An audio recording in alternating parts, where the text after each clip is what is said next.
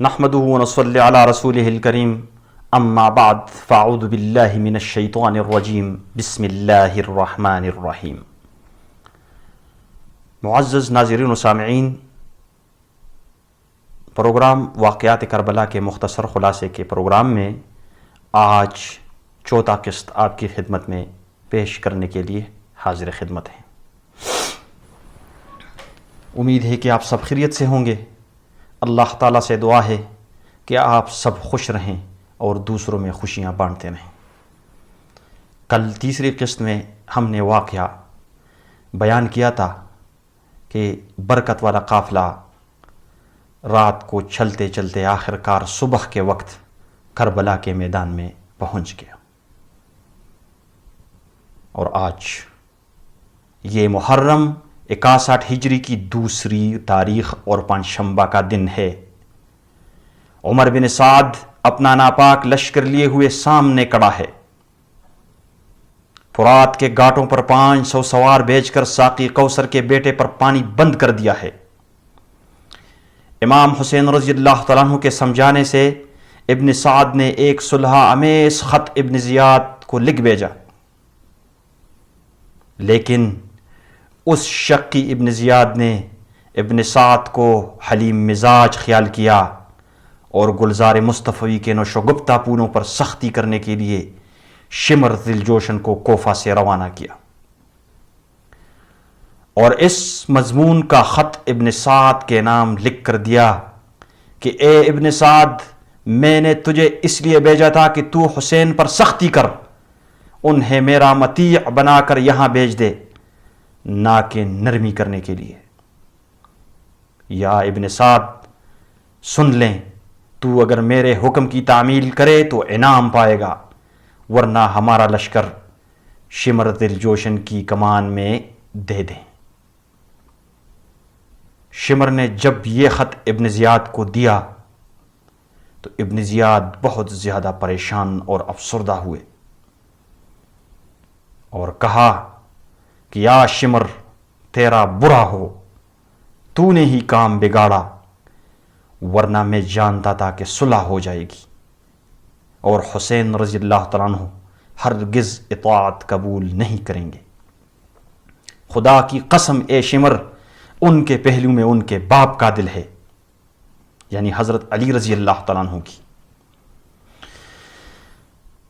اس کے بعد شمر نے پوچھا، چلو اب بتائیے، اب تو کیا کرنا چاہتا ہے؟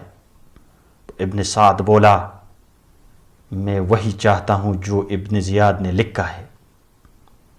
بالآخر 9 محرم 61 ہجری کو پنجشنبہ کے دن شام کے وقت کوفی لشکر حملہ کا ارادہ ہوا چاہتا ہے۔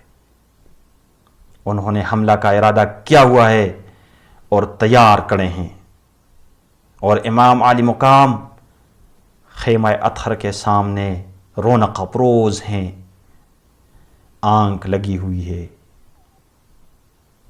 سو رہے ہیں۔ خواب میں دیکھتے ہیں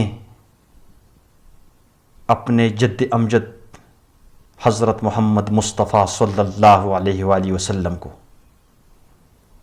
کہ لخت جگر کے سینے اقدس پر ہاتھ رکھ کر فرما رہے ہیں، اللہم اعط الحسین صبرا و اجرا، الہی، یا الہی، حسین کو صبر و اجر عطا فرما۔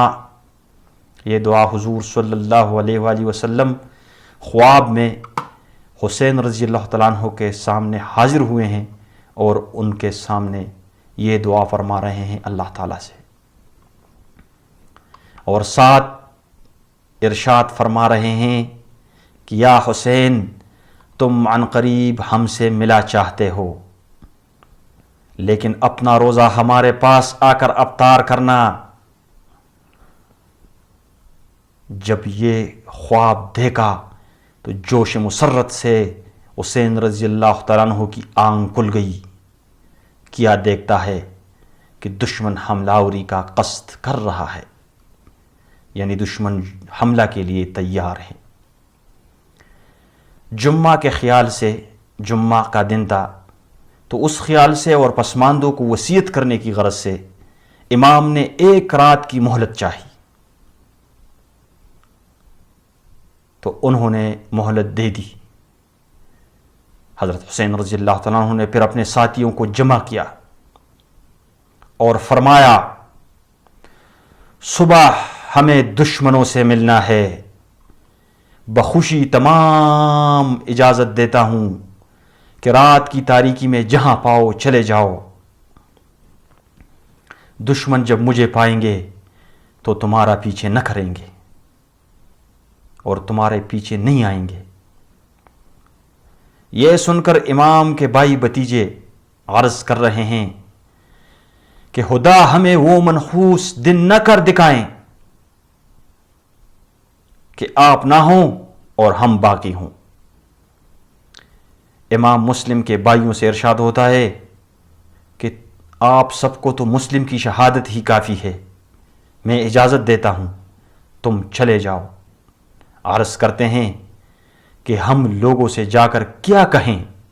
یہ کہیں کہ اپنے سردار، اپنے آقا، اپنے سب سے بہتر بھائی کو دشمن کے نرغے میں چھوڑائے، نہ ان کی طرف سے کوئی تیر پھینکا، نہ نیزہ مارا، نہ تلوار چلائی، اور اب بھی ہمیں نہیں معلوم ہمارے چلے آنے کے بعد ان پر کیا گزری۔ ہم ہرگز ایسا نہیں کریں گے، بلکہ اپنا جان، اپنا مال، بال بچے سب آپ پر پیدا کر دیں گے، اللہ اکبر، اور آپ پر قربان ہو کر مر جائیں گے۔ خوشا حالے کی گردم گرد کویت، رخ پر ہوں گریباں پارا پارا۔ امام حسین رضی اللہ تعالیٰ عنہ نے اس رات کچھ ایسے آس برے اشعار پڑھے جن کا مضمون بے کسی اور بے بسی کی ایک پوری تصویر تھا۔ زمانہ صبح و شام خدا جانے کتنے عزیز و دوستوں کو قتل کرتا ہے، اور جس کے قتل کا ارادہ کر لیا ہے اس کے بدلے دوسرے پر راضی نہیں ہوتا۔ ہونے والا واقعہ کی دلخراش آواز جب حضرت زینب کے کان میں پہنچی تو ان سے صبر نہ ہو سکا، اور آخر بیتاب ہو کر چلاتی ہوئی دوڑی، کاش اس دن سے پہلے مجھے موت آ گئی ہوتی، آج میری ماں فاطمہ کا انتقال ہوتا ہے، آج میرے باپ علی رضی اللہ تعالیٰ عنہ دنیا سے گزرتے ہیں، آج میرے بھائی حسن کا جنازہ اٹھتا ہے، اے حسین، اے حسین، اے گزرے ہوں کی نشانی اور پسماندوں کی جائے پناہ۔ پھر غش کا کر گر پڑی، اللہ اکبر۔ آج مالک کوثر کے گھر میں اتنا پانی بھی نہیں کہ بے ہوش بہن کے منہ پر چھڑکا جائے۔ جب ہوش آیا تو حسین رضی اللہ تعالیٰ عنہ نے ان سے فرمایا، بہن اللہ سے ڈرو اور صبر کرو، جان لو سب زمین والوں کو مرنا اور سب آسمان والوں کو گزرنا ہے، اللہ کے سوا سب کو پناہ ہے، میرے ماں باپ بھائی مجھ سے افضل تھے، ہر مسلمان کو رسول اللہ صلی اللہ علیہ وآلہ وسلم کی راہ چلنی چاہیے۔ آخر کار یہ مہلت کی رات بھی گزر گئی اور آنے والے تمام دنوں میں زیادہ درد بھرا دن طلوع آفتاب کے ساتھ ہی نمودار ہو گیا۔ باقی انشاءاللہ کل کے پروگرام میں آپ کو بیان کرنے کی کوشش کریں گے۔ وآخر دعوانا ان الحمد للہ رب العالمین۔